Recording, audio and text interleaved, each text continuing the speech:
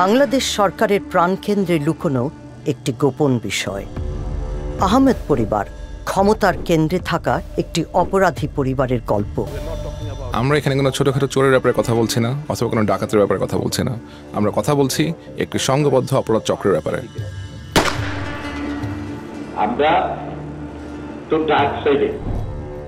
এই পরিবারের ৩ ভাই দণ্ডিত খুনি, যারা প্রধানমন্ত্রী শেখ হাসিনাকে সুরক্ষা দিয়ে এসেছেন। উনি তার ব্যক্তিগত দেহরক্ষী ছিলেন। হাসিনার সাথে ওনার সরাসরি যোগাযোগ ছিল। আমাদের অনুসন্ধানে উঠে এসেছে কিভাবে বাংলাদেশ সেনাবাহিনীর প্রধান তার পলাতক ভাইদের নিরাপদে রাখেন, তাদের বিত্তশালী হয়ে উঠতে সাহায্য করেন। ইনি আসলে উনারই ভাই। উনার বড় ভাই দেশ চালাচ্ছে। বাংলাদেশের সেনাবাহিনীর কর্মকর্তা উনারই হাত। উনার ভাইদের ক্ষমতা উনার হাতে, কারণ উনার ভাইরা গ্যাংস্টার, তারা আসলে মাফিয়া। সেনাপ্রধান দেশের প্রধানমন্ত্রীকে নিরঙ্কুশ ক্ষমতা আয়ত্ত করতে সহায়তা জুগিয়ে যান। শেখ হাসিনা ভীষণ খোলাখুলিভাবেই ওনার বিরোধী দলগুলোকে ধ্বংস করার উদ্দেশ্য প্রকাশ করেছেন। ইসরায়েলকে আনুষ্ঠানিকভাবে স্বীকৃতি দেয়নি বাংলাদেশ, অথচ অত্যন্ত গোপনে ইসরায়েল থেকেই স্পাইওয়্যার কিনছে মুসলিম সংখ্যাগরিষ্ঠ এই দেশটি। আমি কখনোই বলতে পারবো না যে বাংলাদেশের আর্মি আমার খরিদ্দার। আমরা এটা বলতে পারবো না। এই স্পাইওয়্যার ব্যবহার করা হতে পারে রাজনৈতিক প্রতিপক্ষদের উপর নজরদারির কাজে। নির্বিচারে অনাধিকার নজরদারির প্রযুক্তির ব্যবহার করা কখনোই মানবাধিকারের পক্ষে কাজ করে না। ঢাকার এই কুখ্যাত অপরাধী পরিবারটি এখন বলছে বাংলাদেশের রাষ্ট্রযন্ত্রের হত্যাকর্তা তারাই।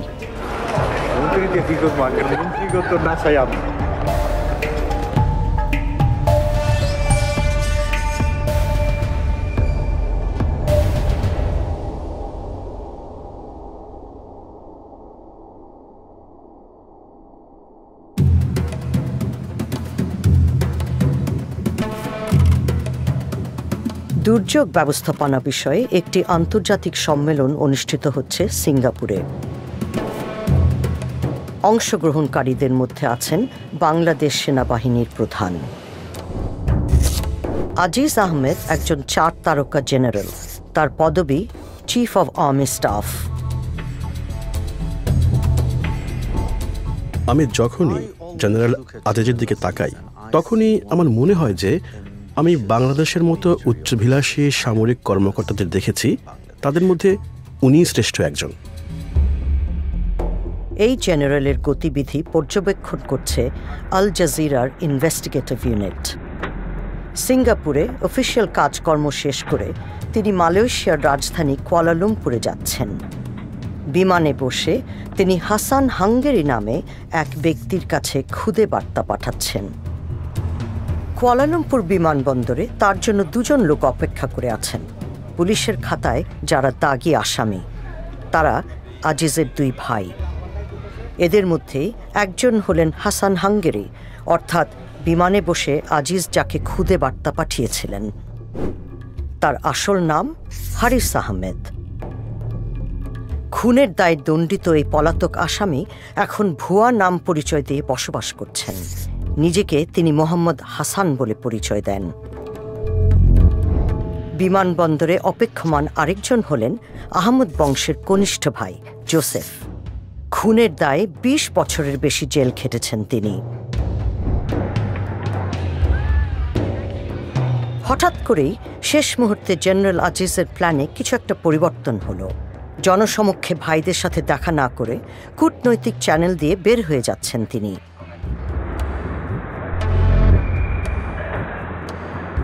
পৃথক গাড়িতে বিমানবন্দর থেকে বের হচ্ছেন তার ভাইয়েরা।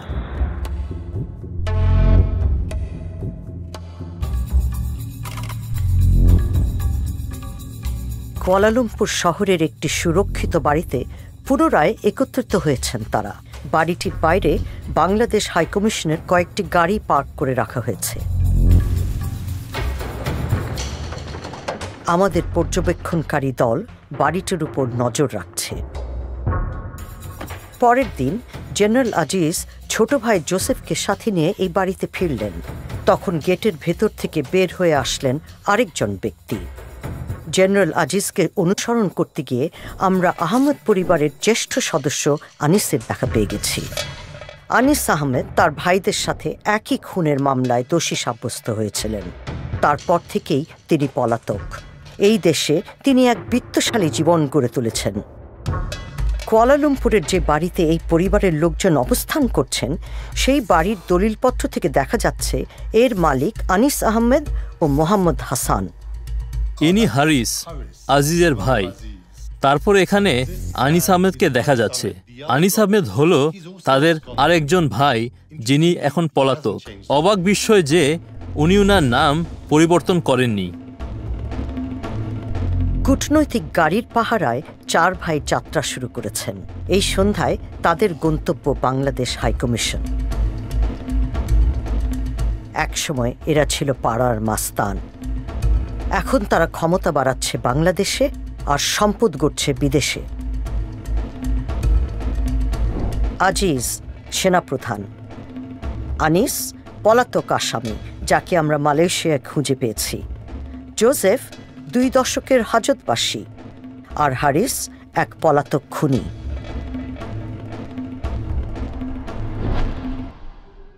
অনুসন্ধানের সূত্রে আমরা এখন হাঙ্গেরিতে।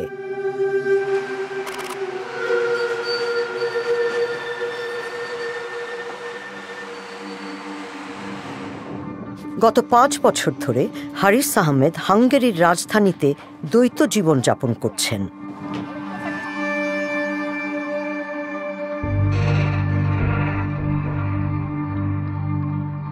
হারিস একজন ঠান্ডা মাথা সন্ত্রাসী। সে এমন একজন মানুষ, সে আপনাকে যদি পছন্দ না করে তাতেই ক্ষতি করতে পারে। এবং আমি বুঝতে পারি যে এই মানুষটি কোনো সাধারণ মানুষ না, সে একজন সাইকোপ্যাথ।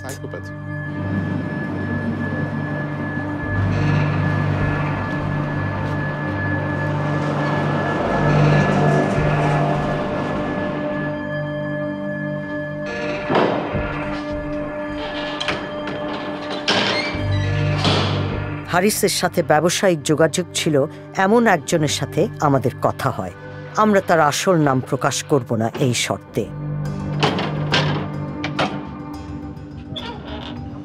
2014 সালের ডিসেম্বরে এসবের শুরু হয়। আমি আমার একজন পরিচিত মানুষের কাছ থেকে ফোন পাই যে জেনারেল আজিজ হাঙ্গেরি ভ্রমণ করছেন। যেহেতু হাঙ্গেরিতে কোনো বাংলাদেশ দূতাবাস নেই, উনি আমাকে অনুরোধ করেন যে আমি জেনারেল আজিজকে সঙ্গ দিতে পারবো কিনা। সামি তাকে বিভিন্ন জায়গা ঘুরিয়ে দেখাতে নিয়ে যান, আর তখন জেনারেল আজিজ একটি প্রস্তাব রাখেন।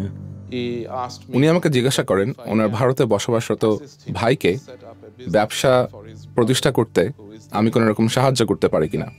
আমি ওনাকে বললাম, উনি যদি ব্যবসা প্রতিষ্ঠা করতে চান আমি ওনাকে অবশ্যই সাহায্য করতে পারি। হাঙ্গেরি থেকে যাওয়ার পরে আমি জেনারেল আজিজের কাছ থেকে একটি মেইল রিসিভ করি এবং সেখানে তিনি আমার কাছে জানতে চান ব্যবসা স্থাপন করতে কি কি প্রয়োজন। আমি ওনাকে বিস্তারিত জানালাম ব্যবসা স্থাপনের সমস্ত বিষয় ব্যাপারে। এসব কিছুই আমার কাছে কোনো সন্দেহের উদ্রেক করেনি। আমি তার সব কাগজপত্র দেখেছি এবং আমি দেখলাম যে ওনার নাম মোহাম্মদ হাসান, এবং এখানে কৌতূহলী হওয়ার মতো তেমন বিশেষ কিছুই ছিল না। যেহেতু পুরো ব্যাপারটি জেনারেল আজিজের মতো একজন মানুষের কাছ থেকে এসেছে, এখানে সন্দেহ উদ্রেক হওয়ার বিষয়ই আসে না।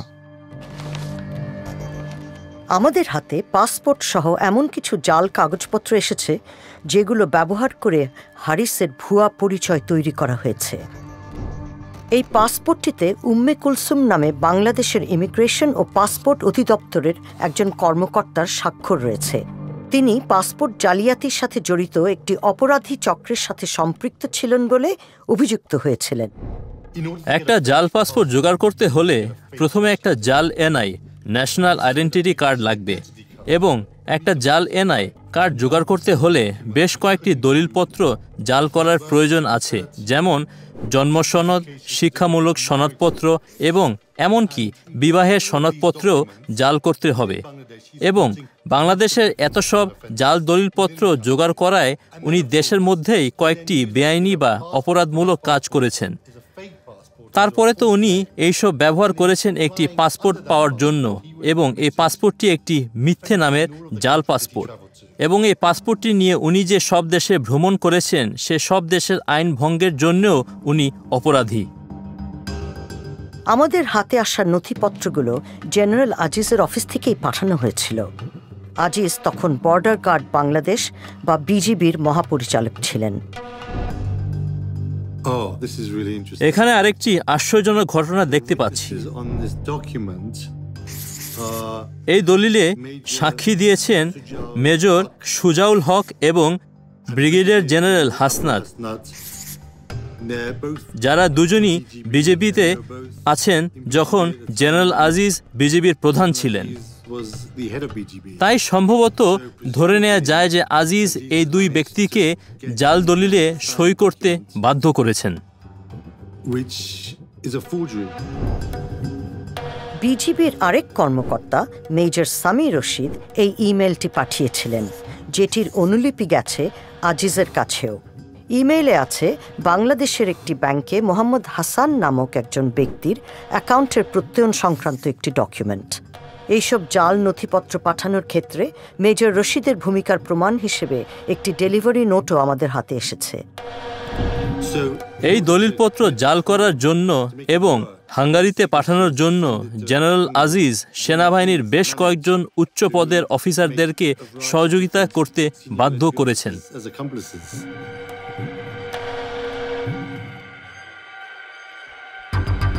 2015 সালের গ্রীষ্মে বুদাপেস্ট পৌঁছান হারিস আহমেদ। আল জাজিরার ইনভেস্টিগেটিভ ইউনিটের হাতে আসা নথিপত্রে হারিস কিভাবে তার ভাই জেনারেল আজিজের নির্দেশনা অনুযায়ী নতুন দেশে নতুন জীবন গড়ে তুলতে চেষ্টা করছিলেন তার একটি চিত্র পাওয়া যায়। তিনি বে অফ বেঙ্গল নামক একটি কোম্পানি প্রতিষ্ঠা করেন। তার স্ত্রী, মেয়ে ও জামাইও কোম্পানিটির মালিক। বে অফ বেঙ্গল মূলত একটি আমব্রেলা কোম্পানি হিসেবে বেশ কয়েকটি ব্যবসা পরিচালনা করে। এসব ব্যবসার মধ্যে আছে নিভো ফ্যাশন নামে একটি পোশাকের দোকান। এখানে দেখা যাচ্ছে জেনারেল আজিজ পারিবারিক বিনিয়োগের খোঁজ খবর নিচ্ছেন, কিন্তু এই দোকানটি 6 মাস পরে বন্ধ হয়ে যায়। বে অফ বেঙ্গল টেইলরভিল নামের আরেকটি প্রতিষ্ঠান কিনে নেয়। তারপর বুদাপেস্ট নগরীর প্রাণকেন্দ্রে একটি রেস্তোরাঁ খোলে কোম্পানিটি। 5 মাস পরে সেই রেস্তোরাঁটিও বন্ধ হয়ে যায়। সস্তায় থাকার ব্যবস্থা সহ একটি হস্টেল ব্যবসাও শুরু হয়েছিল। বেঙ্গল হস্টেল নামের সেই ব্যবসাও 1 বছরের মধ্যে বন্ধ হয়ে যায়। কিভাবে অর্থ পাচার প্রতিরোধ করতে হয় সেই বিষয়ে ব্যাংকগুলোকে পরামর্শ দেন গ্রেয়াম ব্যারো। এই ব্যবস্থা পরিকল্পিত অপরাধের দিকে ইঙ্গিত করে। আপনি এমন সব ব্যবসা খুঁজতে থাকবেন যেখানে ক্যাশ টাকা বিনিময় হয়, যেমন রেস্টুরেন্ট, হোটেল, হোস্টেল ইত্যাদি। এটার নাম হলো কো-মিংলিং, মানে কালো টাকার সাথে বৈধ টাকা মিশিয়ে দেওয়া, যাতে বোঝা না যায় কোনটা বৈধ টাকা এবং কোনটা অবৈধ টাকা। হারিসকে তার ব্যবসা বাণিজ্য নিয়ে চিন্তিত মনেই হয় না, অথচ লোকসান নিয়েই চলতে থাকে বে অফ বেঙ্গল। বিভিন্ন ব্যর্থ ব্যবসায় কয়েক হাজার ডলার হারায় কোম্পানিটি। উনি প্রায় বাইরে যেতেন, বিভিন্ন বারে গিয়ে মদ খেতেন, এবং সেখানে যদি কোনো মহিলার সাথে তার পরিচয় হতো, কথা হতো, তিনি তাদেরকে হোস্টেলে নিয়ে আসতেন, পার্টি করতেন। এই সব কিছুই আমার কাছে একজন প্রতিষ্ঠিত ব্যবসায়ীর চারিত্রিক বৈশিষ্ট্য বলে মনে হতো না।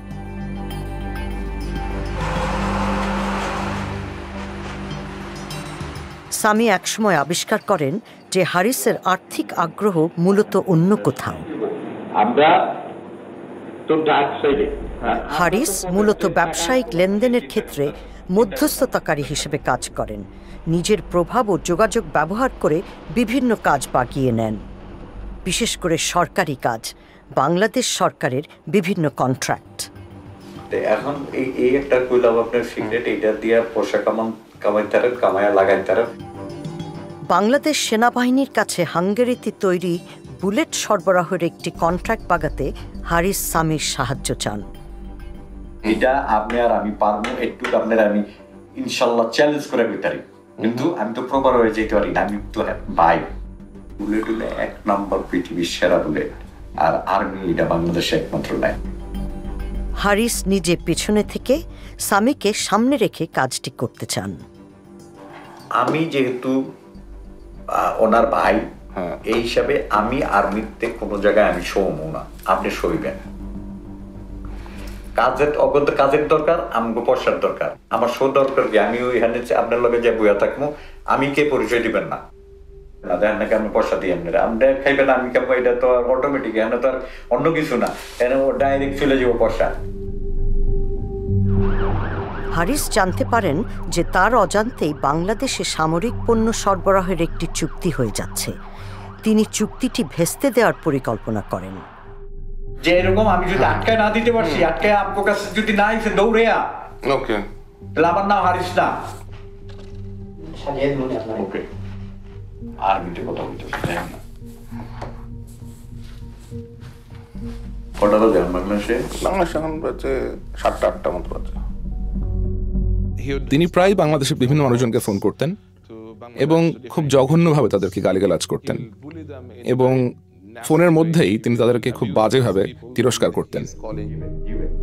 হারিস বাংলাদেশের সামরিক গোয়েন্দা সংস্থা ডিজিএফআই এর একজন কর্মকর্তাকে ফোন করছেন।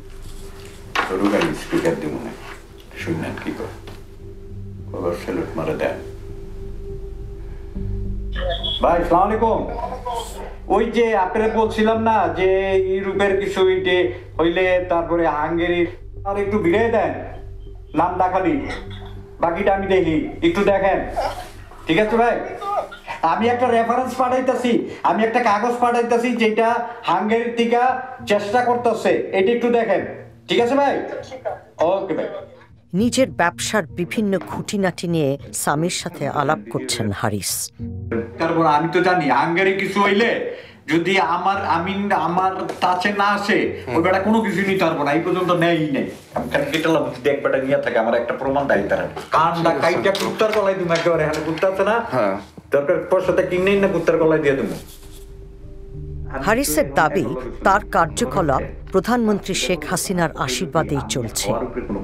প্রধানমন্ত্রী শুনতে হানি কইছে যে আরিজ ওখানে যদি কিছু করতে চাও করুক, আমরা হেল্প করবো, আর কি চাই।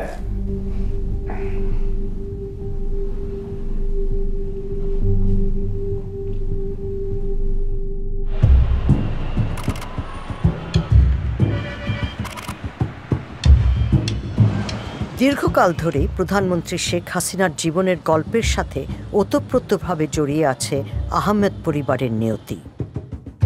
1971 সালে বাংলাদেশকে একটি স্বাধীন রাষ্ট্র হিসেবে প্রতিষ্ঠার সংগ্রামে নেতৃত্ব দিয়েছিলেন শেখ মুজিবুর রহমান। হাসিনা তারই বড় মেয়ে। যুদ্ধ পরবর্তী সময়ে কঠিন অবস্থায় পড়ে দেশটি। দারিদ্র্য ও অনাহার জেঁকে বসে। আইন শৃঙ্খলা পরিস্থিতি সম্পূর্ণরূপেই ভেঙে পড়ে। ব্যাপক সংকটের মুখে শেখ মুজিব বিরোধী দলগুলো বিলুপ্ত করে দেন। অভ্যুত্থান ঘটায় সেনাবাহিনী। হাসিনা ও তার বোন তখন ইউরোপে। জার্মানির অ্যাম্বাসেডর ফোন করলেন, তো উনি আমাকে বললেন যে বাংলাদেশে সামরিক অভ্যুত্থান হয়েছে। এই খবরটি শোনা মুহূর্তেই আমার মনে হলো যে কেউ আর নেই, সম্ভবত আমরা সবাইকে হারিয়েছি, কিন্তু তখনও আমরা জানতে পারিনি যে সঠিক ঘটনাটা কি।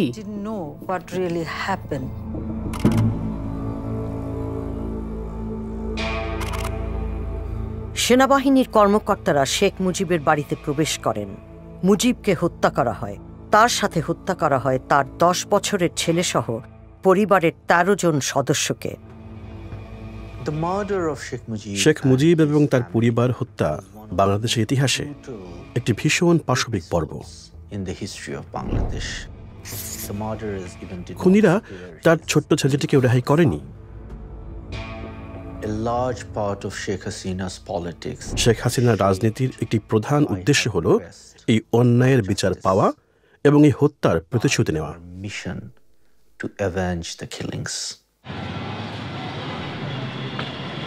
শেখ মুজিবকে যেখানে হত্যা করা হয়েছিল তার 2 কিলোমিটারেরও কম দূরত্বে মোহাম্মদপুর নামক একটি এলাকায় আহমদ পরিবারের বসবাস।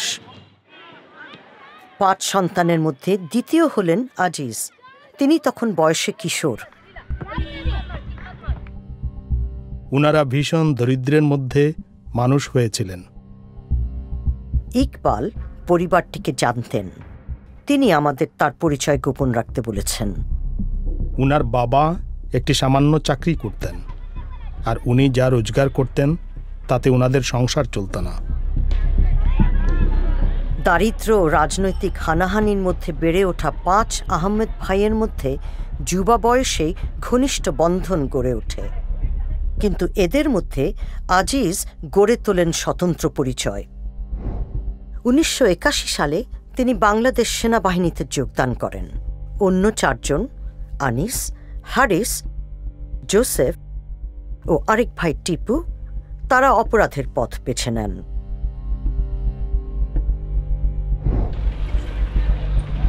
উনারা টাকা আদায় করতেন, উনারা মানুষদের অপহরণ করতেন, উনারা একটি গ্যাংয়ে পরিণত হয়েছিলেন। প্রথমে খুব ছোটোখাটোভাবে শুরু করলেন, কিন্তু পরে উনারা মানুষদের খুন করা শুরু করলেন।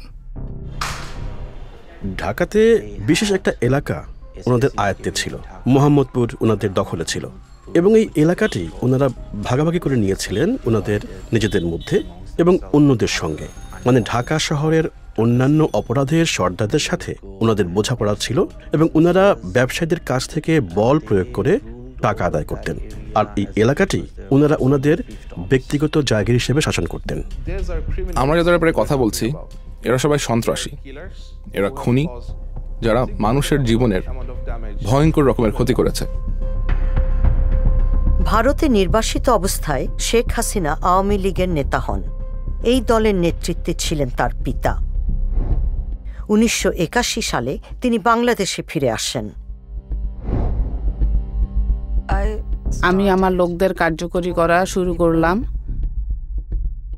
তখনকার সরকার আমাকে বাধা দেবার চেষ্টা চালায় যাতে আমি ফিরে না আসি, কিন্তু আমি গণতন্ত্রের জন্য কাজ করার উদ্দেশ্য নিয়ে ফিরে আসার সিদ্ধান্ত নিলাম। সামরিক বাহিনী তখন দেশ পরিচালনা করছে। বেশ কয়েকবার তখন হাসিনাকে গৃহবন্দী করা হয়, তার জীবনের উপর আঘাতও আসে। এক সহকর্মীর সাথে জেনারেল আজিজের ফোনালাপের গোপন রেকর্ডিং আল জাজিরার ইনভেস্টিগেটিভ ইউনিটের হাতে এসেছে। এই কথোপকথন 2020 সালের। আজিজ বর্ণনা করছেন কিভাবে তার ভাইয়েরা শেখ হাসিনার দল আওয়ামী লীগের নেতাদের নিরাপত্তা দিতেন। বাংলাদেশে ফিরে আসার পর আওয়ামী লীগ নেতাদের সুরক্ষায় নিজের ভাইদের ভূমিকা। যখন হলো আওয়ামী লীগ ওই জাতীয় পার্টির সময়, যখন হলো সবচেয়ে খারাপ সময় যাচ্ছিল, যখন তারা তাদের কেন্দ্রীয় অফিসে বসতে পারতো না, তখন কিন্তু my brothers they were the main strength of this party. কেন্দ্রীয় নেতারা এসে আমার ছোট ভাইয়ের অফিসে বসে তারা হলো পার্টির হলো প্রোগ্রাম এখান থেকে অ্যানাউন্স করতো তারা, কারণ অন্য জায়গায় তারা নিরাপদ মনে করতো না, তো তারা ছিল ইয়াতে। আহমেদ পরিবার ত্রাস জাগানিয়া, তবে অন্যদের প্রতিশোধের শিকারও হতে হয় তাদের। খুন হয়ে যান এক ভাই টিপু। টিপু খুব বড় এক গুন্ডা ছিল, শার্প শুটার যাকে বলে, খুবই বুদ্ধিমান। ভাইদের মধ্যে সবচেয়ে বুদ্ধিমান সেই ছিল। তখন এমন এক সময় ছিল যখন রাজনীতিবিদ ও সন্ত্রাসী মাস্তানদের একে অপরকে প্রয়োজন ছিল। এইসব দলগুলো তারা চাঁদাবাজিতে জড়িত ছিল, রাস্তায় ছোটখাটো চুরি ডাকাতি করত বা ব্যবসায়ীদের কাছ থেকে অর্থ উত্তোলন করত। তাছাড়া প্রয়োজন মাফিক রাজনীতিবিদদের শক্তি হিসেবেও কাজ করেছিল। সাধারণত তারা কোনো একজন রাজনীতিবিদদের সাথে জড়িত থাকত এবং কোনো এক বিশেষ সময়ে সুবিধা অনুযায়ী এই রাজনীতিবিদরা তাদেরকে ব্যবহার করতেন। 90-এর দশকের মাঝামাঝি সময়ে হাসিনার ব্যক্তিগত নিরাপত্তা দলে যোগদান করেন হারিস আহমেদ। ইনি হারিস, শেখ হাসিনা। ইকবাল ওই সময় থেকে হারিসকে চেনেন। উনি শেখ হাসিনার ব্যক্তিগত দেহরক্ষী ছিলেন এবং এই মিটিংটি মোহাম্মদপুরে হচ্ছে। এটা হারিসের এলাকা। উনি সব মিটিং আয়োজন করতেন। এদিকে এই ফোনালাপে জেনারেল আজিজ বলছেন আওয়ামী লীগের নেতাদের প্রতি শেখ হাসিনার সাম্প্রতিক একটি বক্তব্যের কথা।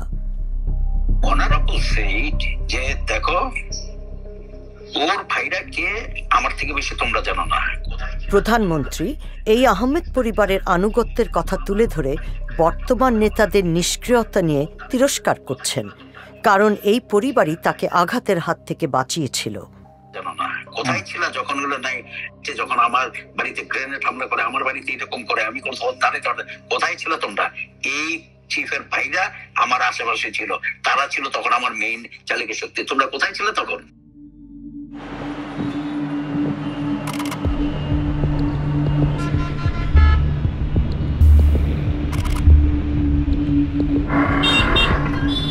মোহাম্মদপুরের একটি ব্যস্ত রাস্তায় একটি হত্যাকাণ্ড আহমেদ পরিবারের ভবিষ্যৎ নির্ধারণ করে দেবে। মোস্তফা রহমান ছিলেন প্রতিদ্বন্দ্বী এক রাজনৈতিক দলের সদস্য। এই দলটি শেখ হাসিনার পরিবারকে হত্যার সাথে জড়িত। মোস্তফা ও তার 2 সহকর্মীকে ঘিরে ফেলা হলো।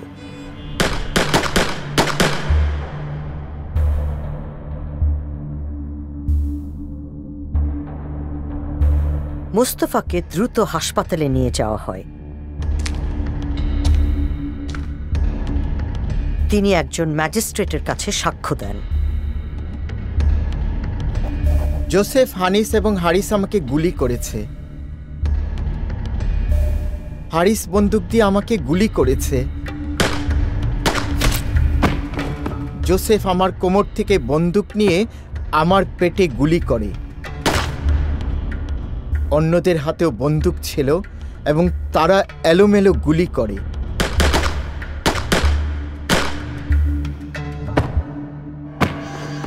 আমাকে 9 বার গুলি করা হয়। 5 দিন পরে তিনি মারা যান। মুস্তফা ছিলেন নিজের খুনের ঘটনায় মূল সাক্ষী। মোস্তফা রহমানের হত্যার 1 মাস পর শেখ হাসিনা বাংলাদেশের নতুন প্রধানমন্ত্রী হিসেবে দায়িত্ব গ্রহণ করেন। আহমেদ পরিবারের 3 ভাই খুনের অভিযোগে অভিযুক্ত হন। 8 বছর পর হাসিনা যখন ক্ষমতার বাইরে, তখন আদালতের এক রায়ে দণ্ডপ্রাপ্ত হন তারা।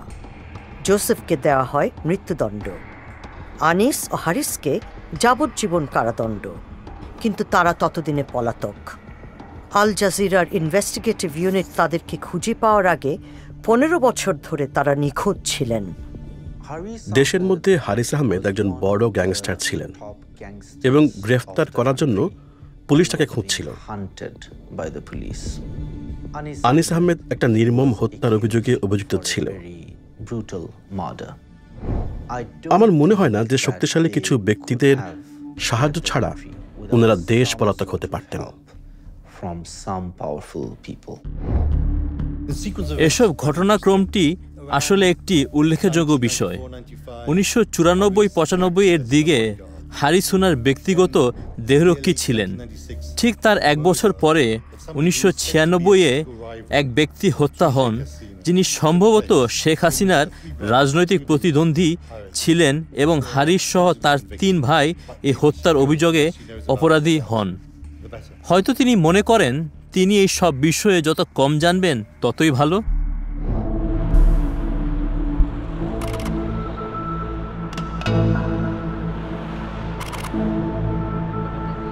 এদিকে সামি আবিষ্কার করেন তার ব্যবসার অংশীদার হারিস আহমেদ একজন পলাতক খুনি, ইন্টারপোলের রেড নোটিস তালিকায় যার নাম রয়েছে। আমি একটা সময় বুঝতে পারি যে এই লোকটিকে একটা নিরাপদ দেশে পৌঁছানোর জন্য আমাকে ব্যবহার করা হয়েছে, এবং আমি অনুভব করি যে হারিস এবং জেনারেল আজিজ আমাকে ব্যবহার করেছে। আমি একে পুলিশের কাছে ধরিয়ে দিতে চিন্তা করি, কিন্তু নিজের জীবনের ভয় তা করিনি। আহমেদ পরিবারের সাথে সম্পর্ক ছিন্ন করার চেষ্টা করেন সামি, কিন্তু তখনই সামিকে হুমকি দিয়ে ইমেল পাঠান জেনারেল আজিজ। আপনি হাসানের সব সমস্যা সমাধান করার দায়িত্ব নিয়েছিলেন। আপনার নীরবতাতে আমি অন্য গন্ধ পাচ্ছি। জেনারেল আজিজ তার কথায় প্রচণ্ড রকম ক্ষোভ প্রকাশ করেন। তিনি আমার উপর প্রচণ্ড রকম ক্ষিপ্ত হন এবং তিনি আমাকে চরম ভয় দেখিয়ে ইমেল পাঠান। আমার ভাইকে যদি ফিরে আসতে হয়, তাহলে যারা দায়ী তাদের জীবনে অনেক আফসোসের কারণ থাকবে। আমি এই প্রতিশ্রুতি দিচ্ছি যে তারা প্রাণের ভয়ে থাকবে। এবং তিনি বলেন যে তার ভাইকে যদি বাংলাদেশে ফেরত যেতে হয় তাহলে তার জন্য যারা দায়ী হবে সে সমস্ত মানুষকে তাদের জীবনে পস্তাতে হবে। জেনারেল আজিজ সামিকে নিজের জালে আটকানোর চেষ্টা চালাতে থাকেন। সামরিক বাহিনী থেকে অবসরোত্তর জীবনের জন্য বাংলাদেশ থেকে অর্থ বের করে আনছেন তিনি, আর বিনিয়োগের জন্য নেমেছেন ব্যবসার সন্ধানে। আপনি বললে আমি প্রয়োজনীয় পদক্ষেপ নিব। আপনি আমাকে একটা ছোট ইনভেস্টমেন্টের প্রস্তাব পাঠান, আমি সেটা ভেবে দেখব। চাকরি থেকে অবসর নেয়ার আগ পর্যন্ত আমি বে অফ বেঙ্গলের মাধ্যমে কাজ করতে পারি। আমি বে অফ বেঙ্গলের পরিচালক হব বলে চিন্তা করছি। আসলে আমার হিসাবের মধ্যে আছে যে রিটায়ারমেন্টের পরে আমি পৃথিবীর যেখানে ইচ্ছা সেখানে ঘুরে বেড়াবো, বিশেষ করে ইউরোপ। 2019 সাল নাগাদ সামি অতিষ্ঠ হয়ে ওঠেন, কিন্তু তিনি তারপরও তাদের পরিকল্পনায় সায় দিয়ে এগিয়ে যেতে থাকেন। তবে এখন তিনি আল জাজিরার ইনভেস্টিগেটিভ ইউনিটের সাথে কাজ করছেন।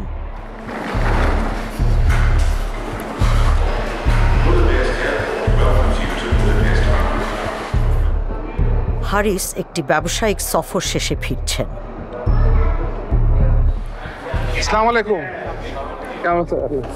হ্যাঁ, ভালো আছেন? এই যে মিস্টার রহমান, আমি কানাডা। হারিস এসে পৌঁছেছেন, আর তার সাথে কানাডা ভিত্তিক আর্থিক পরামর্শদাতা মোহাম্মদ রহমান।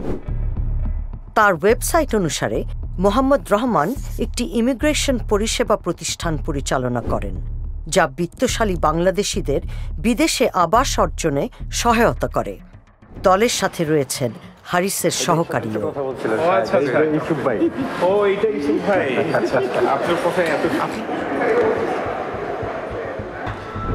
হারিসের দৈনন্দিন আর্থিক হিসাব নিকাশ তদারকির কাজ করেন ইউসুফ আলী। কোথায় কোথায় গেলেন? ফ্রান্স থেকে গেলাম মরক্কো, মরক্কোর থেকে টার্কি, টার্কি থেকে আনাইলাম। ঘুরতে গেছেন? বাংলাদেশে হারিসের রাজনৈতিক প্রভাব নিয়ে আলোচনা হচ্ছে।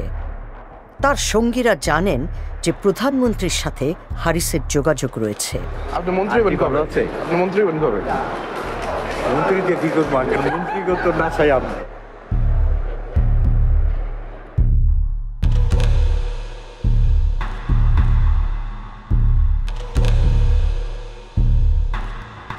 আপাত দৃষ্টিতে ব্যবসায় সাফল্য না পেলেও নতুন বিনিয়োগের জন্য হারিসের কাছে প্রচুর অর্থ রয়েছে।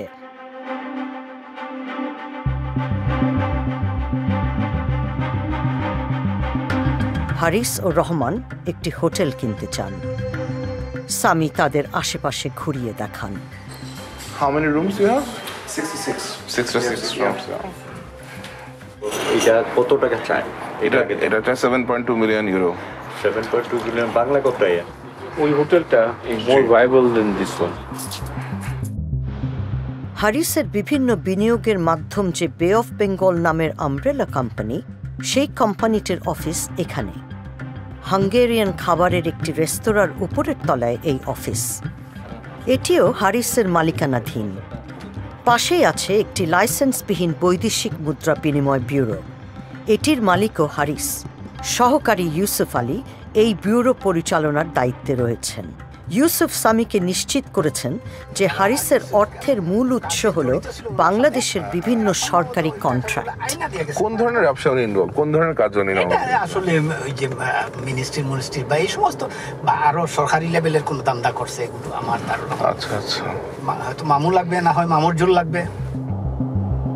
বে অফ বেঙ্গল কোম্পানির একটি চিঠিতে সামরিক বাহিনীর জন্য বাঙ্ক বেড বা দ্বিতল খাট সরবরাহ করার প্রস্তাব দেওয়া হয়।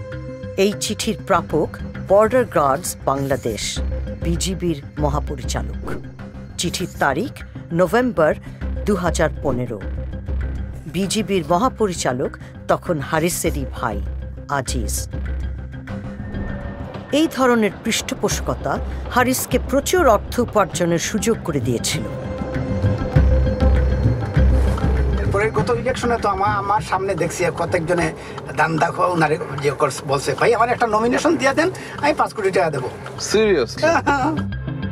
ইউসুফ বলছেন হারিস মধ্যস্থতাকারী হিসেবে মোটা অঙ্কের অর্থের বিনিময়ে সেনাবাহিনীর বিভিন্ন কন্ট্রাক্ট ঠিকঠাক করে দেন। তো হাসান মিয়া এগুলো ইচ্ছা করলে মানে ব্যক্তিগতভাবে কিছুটা আমি ক্লিয়ারলি বলতে পারবো না কি, তো 2-4 কোটি টাকা, এই 2-4 কোটি না 30-40 কোটি টাকা মিনিমাম কামাই নিছে কয়েকদিনে। 30-40 কোটি টাকা? ও। আল জাজিরার ইনভেস্টিগেটিভ ইউনিট প্রমাণ পেয়েছে যে হারিস আহমেদ হাঙ্গেরির বাইরেও বিনিয়োগের পোর্টফোলিও স্থাপন করছেন।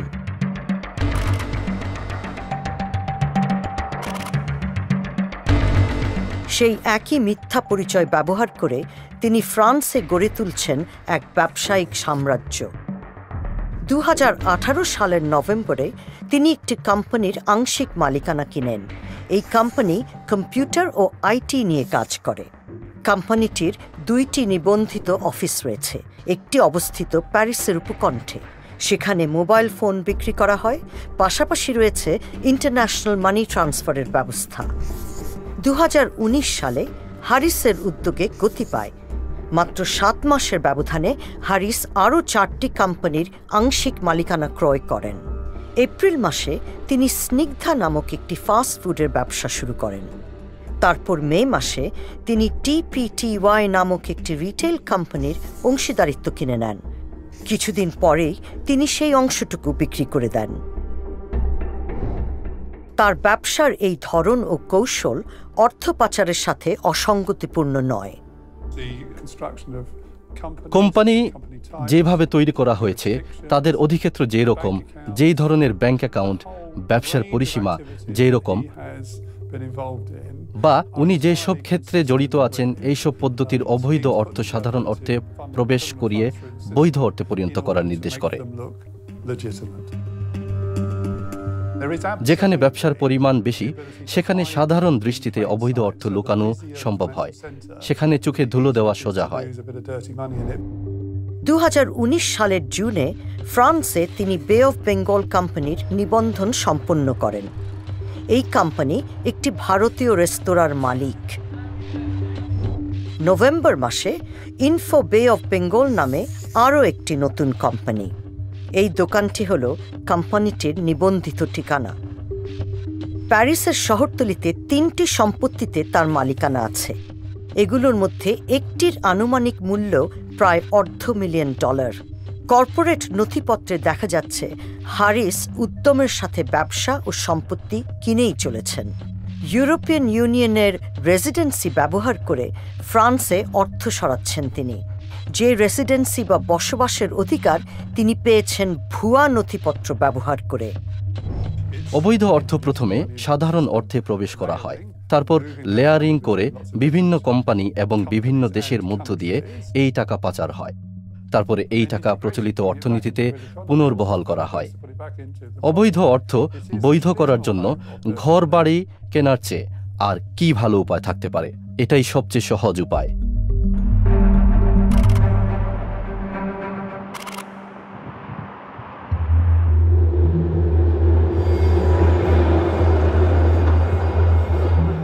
মধ্যস্থতাকারী বা দালাল হিসেবে হারিস বাংলাদেশে বিনিয়োগ করতে ইচ্ছুক ইউরোপের বেসরকারি কোম্পানিগুলোর জন্য কাজ করেন। কানাডার সেই ব্যবসায়ী মোহাম্মদ রহমান এসেছেন কয়েক মিলিয়ন ডলারের একটি সম্ভাব্য চুক্তি নিয়ে আলোচনায় হারিসকে সহায়তা করতে। হারিস ও রহমানকে বলা হয়েছে যে একদল ব্রিটিশ বিনিয়োগকারী বাংলাদেশের হোটেল বাণিজ্যে কয়েক মিলিয়ন ডলার বিনিয়োগের চেষ্টা করছেন। সেজন্য সামি একটি ব্রিটিশ বিনিয়োগ ফার্মের সাথে হারিস ও রহমানের একটি ভিডিও কনফারেন্সের আয়োজন করেছেন। হারিস তার মোহাম্মদ হাসান নামটি ব্যবহার করছেন। Hello. Hi, good morning. Hello. Hey, gentlemen. I'm... Yes, hello. Hi. Mohammed Hassan. Mohammed, pleased to meet you. আমার নাম মিস্টার রহমান, ভ্যানকুভার কানাডা থেকে এসেছি। তবে দেখে যা মনে হচ্ছে বাস্তবে বিষয়টি তা নয়। বিনিয়োগ ফার্মের প্রতিনিধি মূলত আল জাজিরার ইনভেস্টিগেটিভ ইউনিটের হয়ে কাজ করছেন। বাংলাদেশে কিছু একটা করলে সত্যি খুবই ভালো হবে, কিন্তু কিছু সমস্যা হতে পারে রাজনীতির কারণে, এবং সেখানে কিছু দুর্নীতিও আছে। অবশ্য যেসব দেশগুলো উঠে আসছে তাদের সবারই এই ধরনের সমস্যা আছে। কিন্তু মিস্টার হাসানের ক্ষেত্রে একটি ভালো জিনিস হলো যে খুব উচ্চপদস্থ সরকারি কর্মকর্তাদের সাথে ওনার খুব ভালো সম্পর্ক আছে। সরকারি কর্মকর্তাদের সাথে, বিশেষ করে প্রধানমন্ত্রীর সাথে ওনার খুবই ভালো সম্পর্ক আছে। বাংলাদেশে উঁচু স্তরে যোগাযোগ করিয়ে দেওয়ার বিনিময়ে হারিস 20% কমিশন চান। ভুয়া বিনিয়োগের প্রস্তাবটি ব্যাখ্যা করছেন তিনি।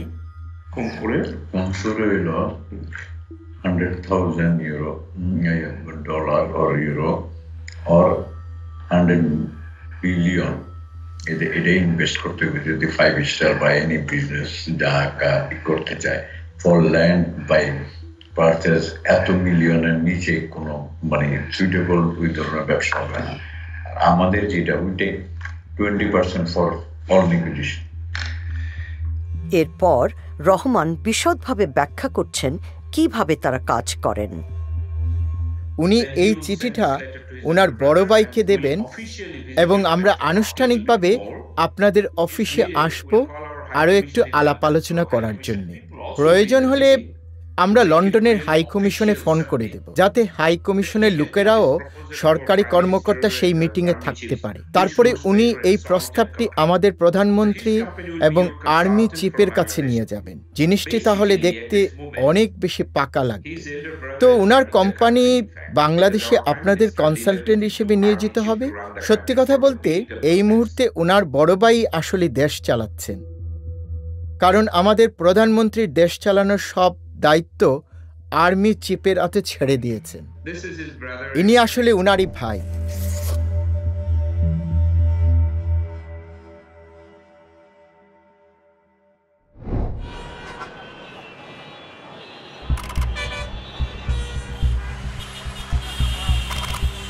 একটি নির্বাচনের আয়োজন করতে হবে শেখ হাসিনার। 1 বছর আগে তিনি আজিজকে বিজিবির প্রধান হিসেবে নিয়োগ দিয়েছেন। তার ক্ষমতাসীন দল আওয়ামী লীগ যখন নির্বাচনে পরাজয়ের ঝুঁকিতে, তখনই বিজিবিকে ভোট তদারকিতে নিয়োজিত করা হয়। আজিজ বিজেপির প্রধান ছিলেন এবং এই ভূমিকায় উনার দায়িত্ব ছিল বিরোধী দলগুলোর শক্তি দমন করা, তাদের প্রভাব বিস্তার নিয়ন্ত্রণ করা এবং নজর রাখা যাতে তাদের রাজনৈতিক কর্মকাণ্ড সরকারের সমালোচনা না হয়। উনি খুব গর্বিত ছিলেন এবং বলেছেন যে নির্বাচনের বিজয়ী ফলাফল উনি শেখ হাসিনাকে হাতে তুলে দিয়েছেন। এইটি একটি অত্যন্ত গুরুত্বপূর্ণ মুহূর্ত ছিল, কারণ তখন আওয়ামী লীগ সরকারের পতন হওয়ার সত্যিকারের একটি সম্ভাবনা ছিল। কয়েক বছর পরে আজিজের ভবিষ্যৎ নিয়ে আলাপ করার জন্য শেখ হাসিনা তার সাথে দেখা করেন। জেনারেল আজিজের মনে হয় তিনি তার আনুগত্যের পুরস্কার পেতে যাচ্ছেন। আমাকে মহামান্য বলেছে, মহামান্য নিজে বলেছে আমাকে, বলে যে আজিজ সাহেব আপনারটা কি মাননীয় প্রধানমন্ত্রী এসে আমার সাথে তখন যখন কথা বলছে বলেছে না আমি চিন্তা করছি there is no other alternative but ইয়াতে এটা। কিন্তু জেনারেলের ক্যারিয়ার এগিয়ে নিতে হলে তার ভাইদের বিরুদ্ধে হত্যার দণ্ড থাকার বিষয়টি সুরাহা করতে হবে। এবং এই যে আপনার ভাইদের অন্যান্যদেরকে জিনিস করছে, এটা কিন্তু ওনার পরিকল্পনা অনুযায়ী এই ধরনের যে তার এটা হওয়ার আগে তাদের এগুলো সব ক্লিয়ার করতে হবে। আমাকে নিজে হলো উনি আমার সাথে আলোচনা করে গেছে। পরিকল্পনার মধ্যে ছিল আজিজের সর্বকনিষ্ঠ ভাইকে জেল থেকে বের করে নিয়ে আসা, মৃত্যুদণ্ডকে কমিয়ে যাবজ্জীবন কারাদণ্ডে পরিণত করার জন্য জোসেফের আবেদন ইতিমধ্যেই সফল হয়েছে। প্রায় 11 বছর ধরে তার মাথার উপর ঝুলছিল মৃত্যুদণ্ড।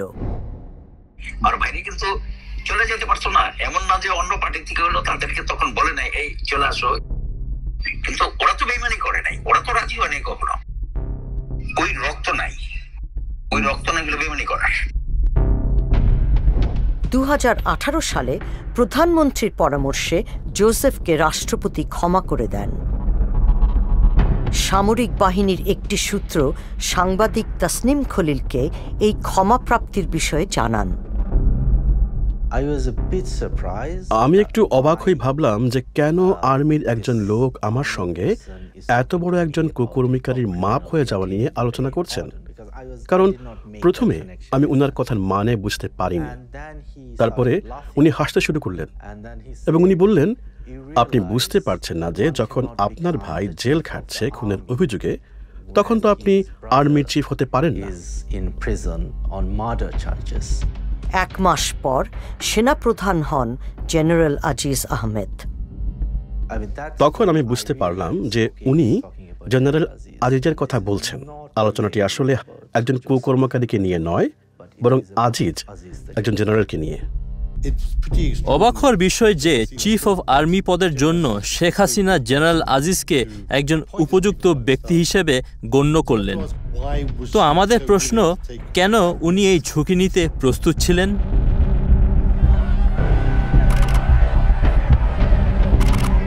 ডিসেম্বরে শেখ হাসিনা আরও একটি নির্বাচন করেন।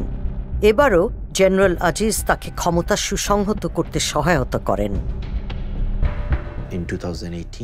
2018-তে বাংলাদেশের প্রতিটি নির্বাচন কেন্দ্রে অথবা প্রায় প্রতিটি কেন্দ্রেই ব্যাপক ভোট চুরির কাজে আর্মি অত্যন্ত গুরুত্বপূর্ণ ভূমিকা পালন করেছিল। বিরোধী দলীয় নেতা কারাগারে, অন্যরা আটক, কারো কারো আর কখনো দেখা মেলেনি।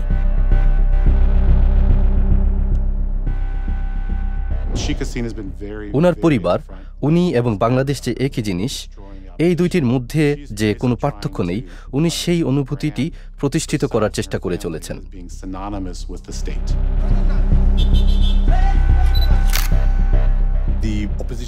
বাংলাদেশে বিরোধী পার্টিদের এত পরিমাণে দমন করা হয়েছে যে তারা বিরোধী দল হিসেবে প্রায় অক্ষম। বলপূর্বক অপহরণ করা বা বেআইনি হত্যা ইত্যাদি ব্যাপারে আইন প্রয়োগকারী কর্তৃপক্ষ অনিয়মভাবে এবং তারা দায়মুক্তভাবে নিজেদের পরিচালনা করেছেন। দেশ চালানোর কাজে এইসব পদ্ধতি স্বাভাবিক হয়ে দাঁড়িয়েছে।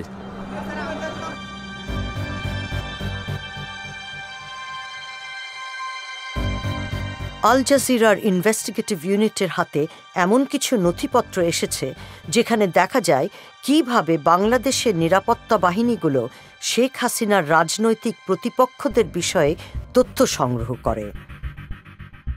এর মধ্যে রয়েছে একটি স্পাইওয়্যার কেনার চুক্তিপত্র। চুক্তিপত্রের তারিখ 2018 সালের 26 জুন, অর্থাৎ জেনারেল আজিজ সেনাবাহিনীর নিয়ন্ত্রণ গ্রহণের ঠিক পরের দিন। এই চুক্তিপত্রে স্ট্যাম্প ও স্বাক্ষর রয়েছে বাংলাদেশের সামরিক পণ্য ক্রয়ের দায়িত্বপ্রাপ্ত সংস্থা প্রতিরক্ষা ক্রয় মহাপরিদপ্তরের।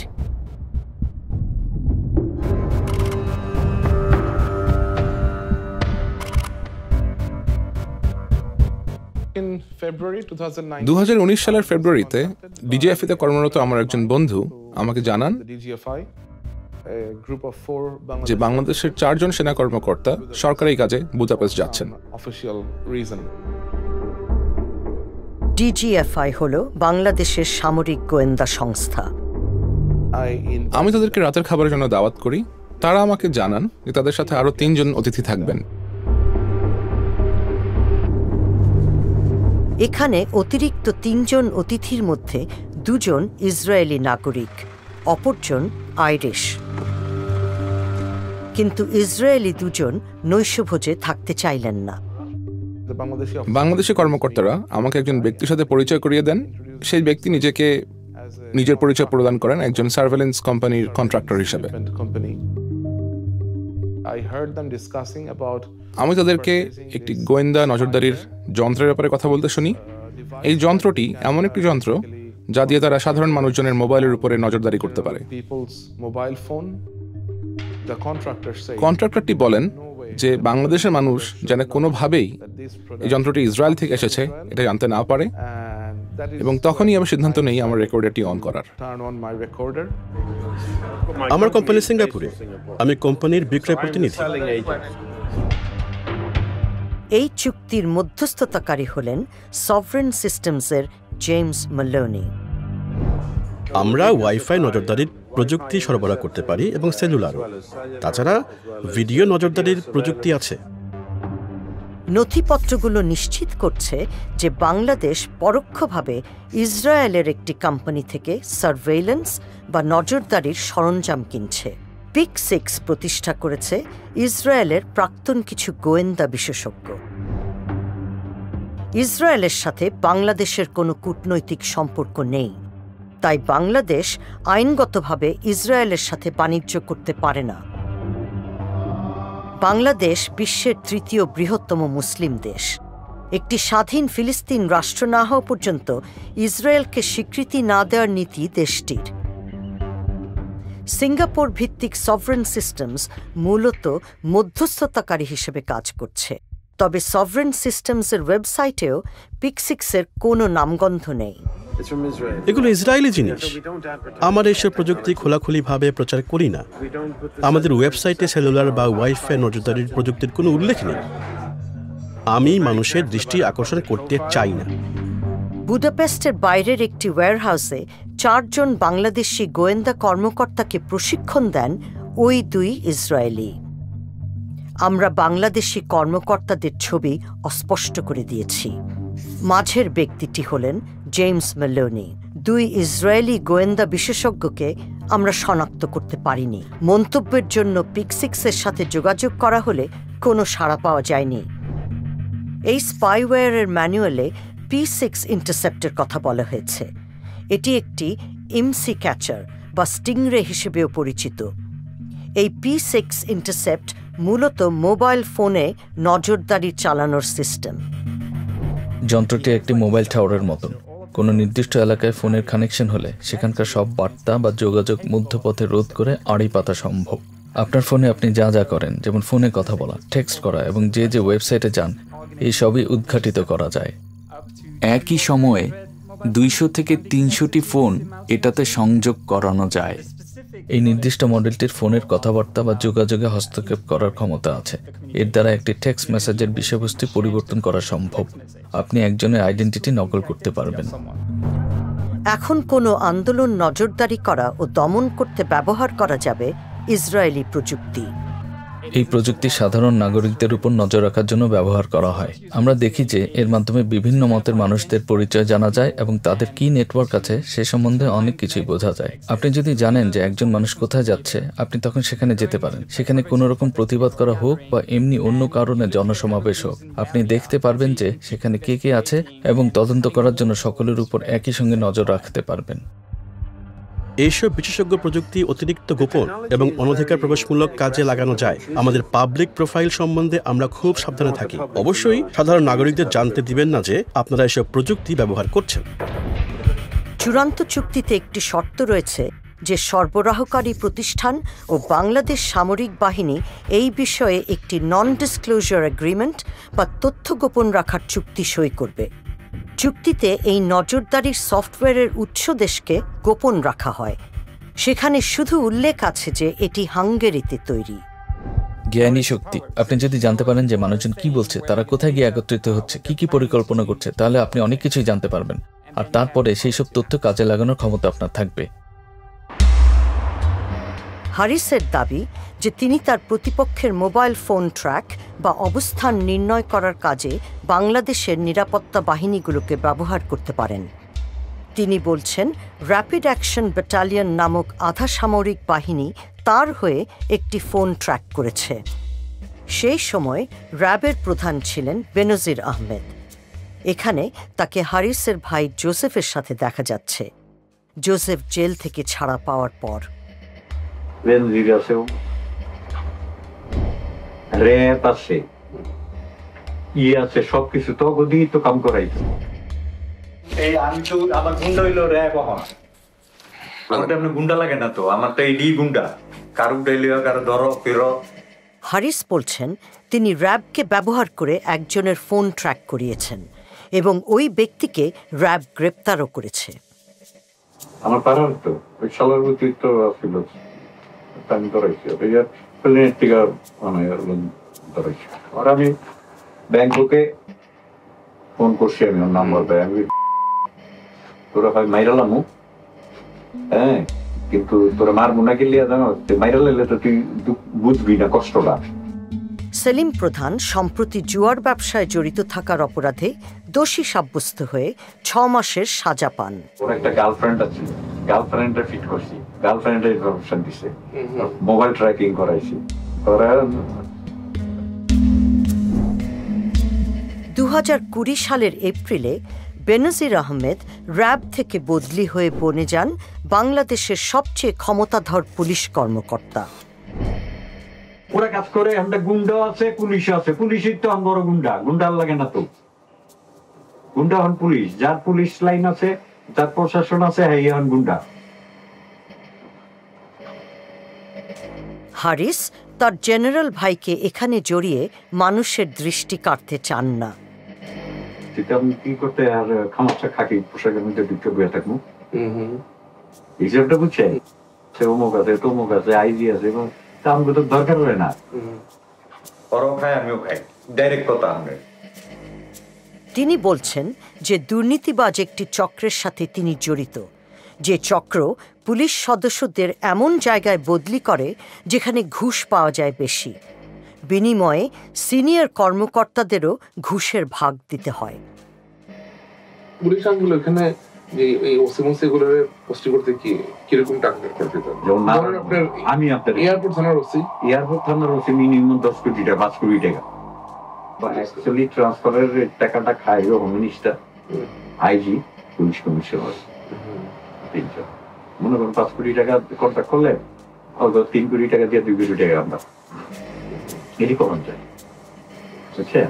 এই হলো কাহিনী।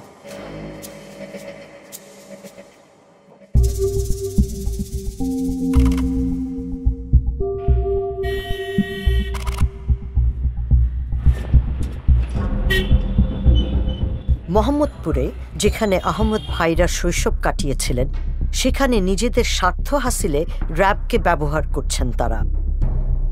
স্থানীয় রাজনীতিবিদ মিজান রহমানকে গ্রেফতার করা হয়েছে।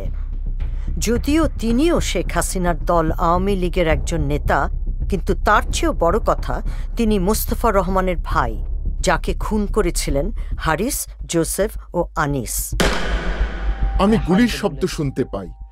এটা আমাদের জন্য ভীষণ ভয়ঙ্কর ঘটনা ছিল, এবং আমি জানি না যে কেন এটা হলো। মেহেদীর চাচা যখন খুন হলেন, মেহেদী তখন ছোট। এটা ভীষণ একটা ভয়ঙ্কর সময় ছিল আমাদের জন্য। এটি খুবই একটি নির্মম হত্যা। মেহেদী এখন বিদেশে থাকেন। তার ভাষ্য, জেনারেল আজিজ র্যাবকে ব্যবহার করে তার পরিবারকে শাস্তি দিচ্ছেন। মেহেদীর খুন হওয়া চাচার সাক্ষ্যের কারণেই জোসেফকে কারাগারে যেতে হয়েছিল। পালিয়ে থাকতে বাধ্য হয়েছেন হারিস ও আনিস। যারা রেবের সাথে জড়িত, যেমন লেফটেন্যান্ট কর্নেল বা কর্নেল, তারা সকলেই জেনারেল আজিজের খুব ঘনিষ্ঠ লোক। জেনারেল আজিজ যদি বলেন হ্যাঁ ঠিক আছে এটা করেন, শুধুমাত্র জেনারেল আজিজের সরাসরি হুকুম পাওয়ার পরেই তারা সেই কাজটা করবে। বাংলাদেশে জনসাধারণ র্যাবকে প্রচণ্ড ভয় পায়। র্যাব যদি তাদের খোঁজ করতে আসে তাহলে তারা পালিয়ে যান, এবং আমরা দেখেছি যে র্যাবের কারণে অনেক মানবাধিকার কর্মী, নারী অধিকার কর্মী, এমনকি আওয়ামী লীগ দলের ভেতরের সমালোচকরাও দেশ থেকে পালিয়ে গিয়েছেন, কারণ তারা শুনেছেন যে র্যাব তাদের বাড়ির দরজায় ধাক্কা দিতে আসবে। বাংলাদেশের সেনাবাহিনীর ক্ষমতা তার হাতে, তার ভাইদের ক্ষমতাও তার হাতে, কারণ তারা গ্যাংস্টার, তারা আসলে মাফিয়া।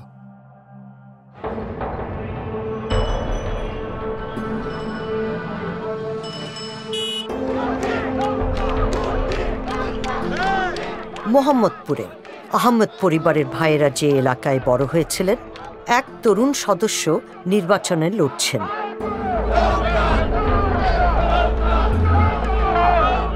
আসিফ আহমেদ হলেন জেনারেল আজিজের ভাতিজা, অর্থাৎ আনিস আহমেদ, যিনি কুয়ালালামপুরে থাকেন, তার ছেলে। 2020 সালের জানুয়ারিতে আসিফ নিজের রাজনৈতিক জীবন শুরু করেছেন। তিনি দুর্নীতি দমনের প্রতিশ্রুতি দিয়ে নির্বাচনে জিতেছেন। এবং দুর্নীতিটা আশা করি অনেক কমে আসবে। আমাদের মাননীয় প্রধানমন্ত্রী দুর্নীতির বিরুদ্ধে যেভাবে অভিযান চালাচ্ছে, সেটার ভয়ে অনেকে হয়তো ইনশাল্লাহ সামনে দুর্নীতি করার সাহস রাখবেন না। আমি তাকে অনেক ধন্যবাদ জানাই এরকম শক্ত একটা পদক্ষেপ করার জন্য। নিজের দলের লোকজনকে সে ছাড় দেয়নি এই দুর্নীতি বিরোধী অভিযান করার জন্য। ধন্যবাদ।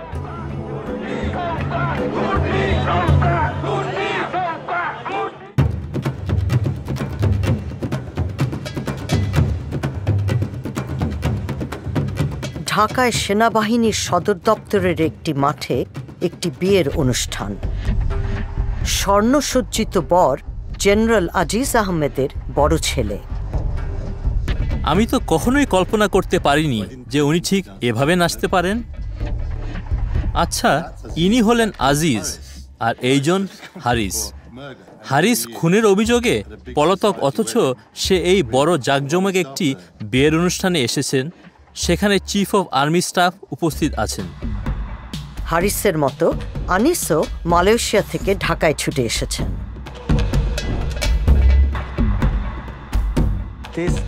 অবিশ্বাস্য ব্যাপার, কারণ এরা গ্যাংস্টার। সরকারিভাবে বাংলাদেশের পুলিশ ওনাদের গ্রেফতার করার জন্য খুঁজছে, অথচ ওনারা একটা বিয়ের অনুষ্ঠানে উপস্থিত এবং আর্মি চিফ নিজেও সেখানে আছেন। ওনারা সবাই মিলে পার্টি করছেন। দেশের ঊর্ধ্বতন সামরিক কর্মকর্তা, ক্ষমতাধর রাজনৈতিক নেতা ও বিদেশি বিশিষ্টজনরা উপস্থিত। আর ভাইদের মধ্যে সর্বকনিষ্ঠ জোসেফ, যিনি হত্যার দায়ে দোষী সাব্যস্ত হয়েও পরে ক্ষমা পেয়েছেন, তিনিও আছেন এখানে। আচ্ছা দেখুন, ইনি বাংলাদেশের প্রেসিডেন্ট। তাকে ক্ষমা করেছিলেন বাংলাদেশের রাষ্ট্রপতি মোহাম্মদ আব্দুল হামিদ। বাংলাদেশের প্রেসিডেন্ট এই দুই পলাতক আসামিদের সঙ্গে একটি বিয়ের অনুষ্ঠানে উপস্থিত, যাদেরকে গ্রেফতার করা উচিত। আনিসের ছেলেও উদযাপনে মেতেছেন। দুর্নীতি বিরোধী প্রতিশ্রুতি দিয়ে নির্বাচনী প্রচার চালাচ্ছেন এই উদীয়মান রাজনৈতিক নেতা। এদের পরবর্তী প্রজন্মকে এরা যথাযথ স্থানে বসিয়ে দিচ্ছে, এবং যদি এভাবেই চলতে থাকে এবং এদের স্ট্র্যাটেজি এভাবেই যায়, তাহলে আমরা দেখতে পাচ্ছি এদের দ্বিতীয় প্রজন্ম এদের স্থান নেবে এবং বাংলাদেশকে একটি মাফিয়া রাষ্ট্রে পরিণত করবে।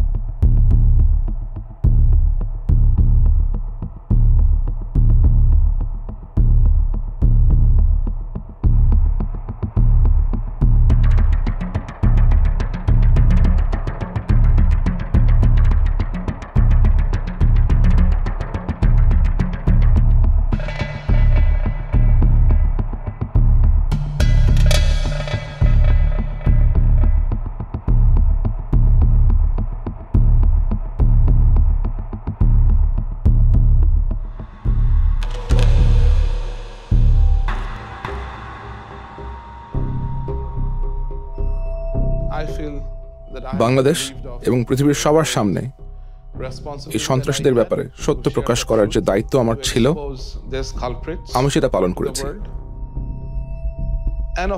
অবশ্যই আমি আমার ও আমার পরিবারের নিরাপত্তার ব্যাপারে শঙ্কিত।